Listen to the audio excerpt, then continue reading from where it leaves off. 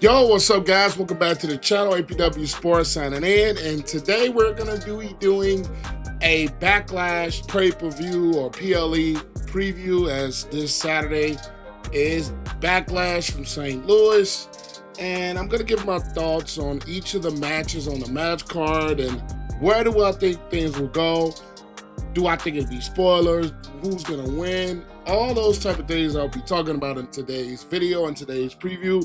And I will be doing these type of previews for each and every PLE of the WWE calendar. So if you are a wrestling fan, you are into wrestling, make sure you click the like button as it continues to help this channel to grow. And make sure you click the subscribe button and hit the notification bell so you will not miss any of the videos that I post. But let's get into this. As one of the matches that has been scheduled is Dominik Mysterio versus Penta for the Intercontinental Championship. Now, this is a match I think out of the card. I'll talk about the rest of it later, but it's like, this one was kind of, I think this entire PLE, before, I'll just get into the PLE, my thoughts now. It's just, I think it wasn't, essentially, since it's such a short life between WrestleMania and Backlash, it really wasn't the time build up to kind of like set up some of the storylines for these matches. The only one I think you got kind of a good storyline for, in my opinion, is, well, I'll say this one. I think this Dominik Mysterio and Penta match, I think, has the least bit of build-up for it, as in the story between Penta and the Judgment Day, and the Judgment Day been getting involved in matches as they always do, whether we're talking about Finn, we're talking about JD, whether we're talking about Finn Balor. I just got something, I think something tricky might happen within this match. And I think, to be honest, I think this is a match that I think Dominik is gonna win, but I just don't think he wins clean. I have a feeling that some shenanigans and something up the Judgment Day sleeve is going to happen. I don't think Penta wins this match. As much as I am a fan of Penta, and Dominik Mysterio is starting to grow on me more and more, I've never said I was never one that was hating Mysterio. We all know the character arc. It's crazy how he went from heel to more heel when he turned his back on Rhea. But I just have a feeling it's like something is going to be up the Judgment Day sleeves. It's going to have Dominik Mysterio retain his title. And I think at some point, there's going to be a Finn Balor and Dominik Mysterio rivalry. Maybe they saved this for SummerSlam. I think the way it's building, it's going to have a Dominik Mysterio versus Penta type. Dominik Mysterio versus Finn Balor type of rivalry. I really feel that that's going to be happening at some point.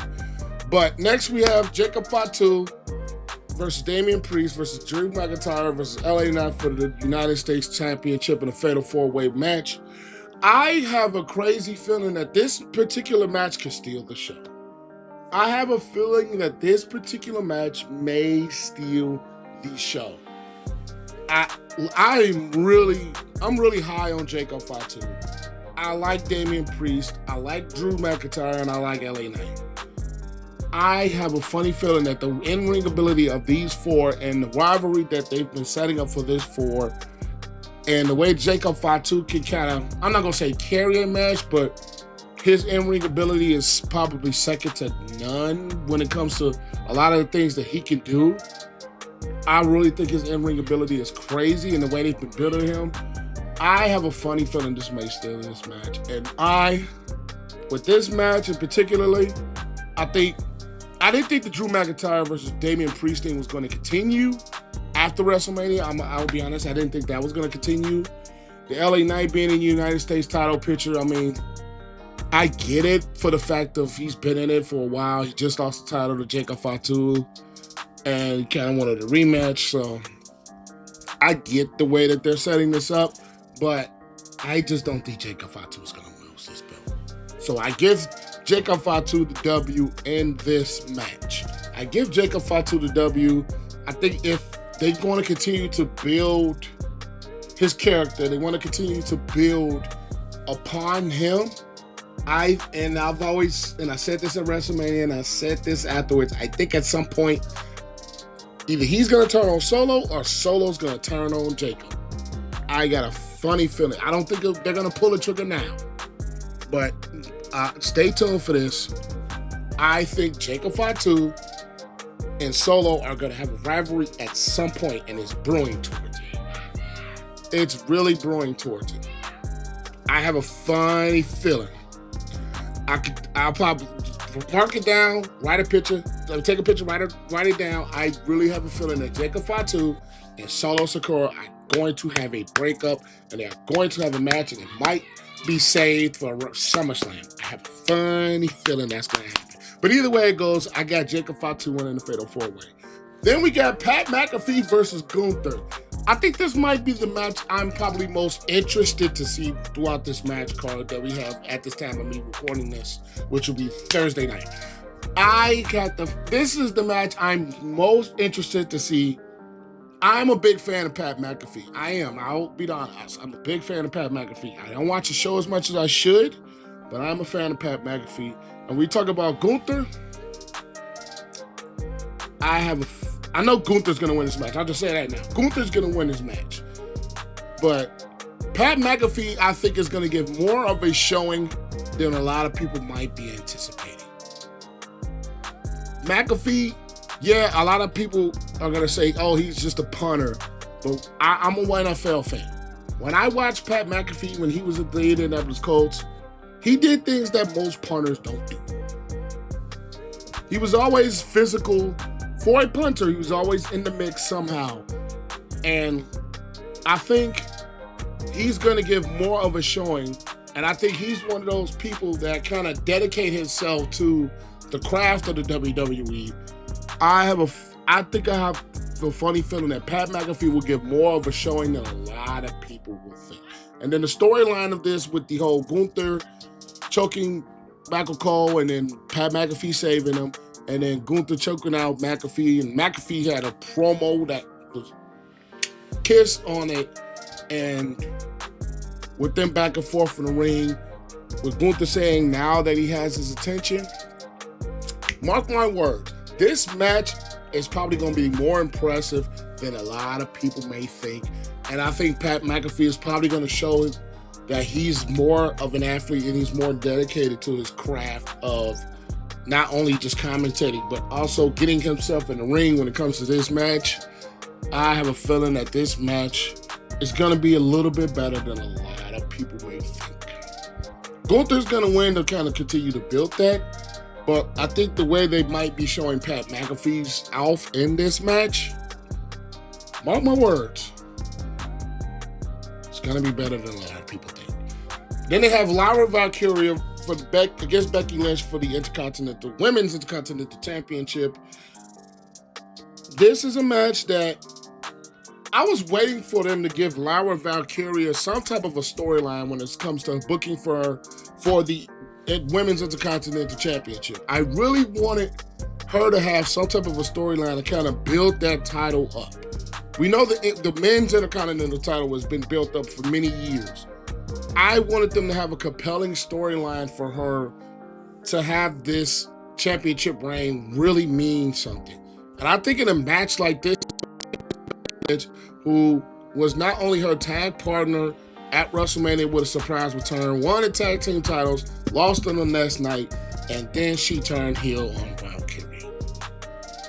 This, I think, is setting itself up to be a very good match because both these women can go in the ring. Lyra Valkyria already beat Becky Lynch for the NXT Championship, which is something I didn't know because this happened between the time that I kind of got off of WWE with the whole Brock Lesnar versus Kofi thing, but I think at this point, I think Lyra Valkyria is going to go over, and this is why.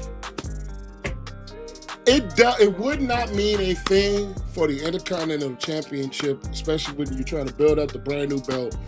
I don't think it means anything for Becky Lynch to win this match. I don't think it means a thing. And the reason I say this, we know Becky Lynch is a legend. We know Becky Lynch is a Hall of Famer. She's done it all. First woman to main event WrestleMania and then win the main event of WrestleMania. I think you're at the point where Becky's career and you're at the point of where Lyra Valkyria, or where they're trying to have her goal to kind of continue to boost up the women's division. I don't think Becky Lynch needs to win this match. Mainly because Lyra Valkyria, her beating of Becky Lynch would, number one, elevate her career as far as putting her on a closer trajectory to the main event status. And then two, like, we've seen where she can correct promos. We've seen that she can really go after it in the promo world. I think this match is a match that is set up to elevate Lyra Valkyria, not just her, but the Women's Intercontinental Championship, to have it have some sort of meaning for the rest of the women's division. I think this is a perfect match for a woman like Lyra Valkyria to win. This is perfect for her to win, to build her and continue to build that championship. So if Becky Lynch does the thing and puts Lyra over, I'm going to be happy, because I'm becoming a fan of Lyra's in-ring ability and where they can go from here. So I have Lyra winning this match. And the fifth and final match that is set up on this card is the match that a lot of people want to see, the very last time of a long and storied rivalry, that John Cena will face Randy Orton for the WWE Championship. I am one, and I will be honest with you guys, I've never been the one to say that I am a fan of John Cena. I know what he's done. I saw the man live twice when we're talking about WWE Money in the Bank 2011, and I'll leave the video in the cards here to that video that I did a story time about. And then Randy Orton, who I also saw live twice. And I was always more of a fan of Randy Orton, whether he was a babyface or a heel. And for storyline purposes and what they're trying to do with this title and what they're trying to do with the John Cena's last run, I would be shocked if Randy Orton pulled off the victory in this. I would be absolutely shocked if Randy Orton pulls off the victory. I loved Randy Orton's promo on Smackdown this past Friday about this whole rivalry thing and this whole legend that he has to kill and get back to the legend killer that he was once in his earlier parts of his WWE career. And I just have a strange feeling that I'm not gonna call it strange. I just don't think, if they're trying to continue to build on the heel turn of John Cena, I don't think Randy Orton should win this match if they're gonna make this heel turn mean something, which I probably might do a video about this maybe sometime next week or sometime later on about what my real thoughts are of this John Cena heel turn as we stand now. It's just these two in this rivalry and then his heel turn, it hasn't lived up to what it really should have lived up to with John Cena turning heel. It's not compelling enough for me. They didn't tell the great story of it. And I think for John Cena to continue, if he loses his championship, it kind of dampers this entire storyline of him being a heel. And in this match, I think it's going to be a very good match. We know Randy Orton can still go at it. John Cena, the WrestleMania thing, it just didn't work. The thing didn't work. The match itself, like those two going back and forth, was okay. But John Cena being the heel of it felt weird. It really did feel weird watching a John Cena match with him being a heel. It felt weird. And I'm interested to see how far are they going to go with this, as far as the heel character, as far as him having a match heel against Randy Orton, when usually when these two going back and forth, it's usually John Cena that's the face and Randy Orton as the heel. I want to see the dynamic of those two locking up with opposite roles. That is going to be intriguing for me. The last time these two are going in a one-on-one match is going to be intriguing for me. It's in Randy Orton's hometown, so I know he's going to get the adulation. I know he's going to get the praise. I know he's going to get the pop. John Cena is winning this match if the WWE wants to continue this story and they want to continue pushing the fact of this heel turn for John Cena. I think if John Cena, like I said, if John Cena loses this match, what was the heel turn for? So, those are my thoughts. I'll leave the link to my Money in the Bank storyline, like I said, in the cards. I'll probably put it in the description below. But you guys leave your thoughts and your picks and your predictions about this WWE Backlash in the comments down below. And I am APW Sports Center. Now, make sure you guys stay safe. Have a great and excellent day. I will be doing a reaction to this as well, so make sure you stay tuned for that. So leave this video a like. It helps this channel to continue to grow. Click the subscribe button and notification bell so you will not miss any of my future WWE videos. And I will catch you guys later. Peace.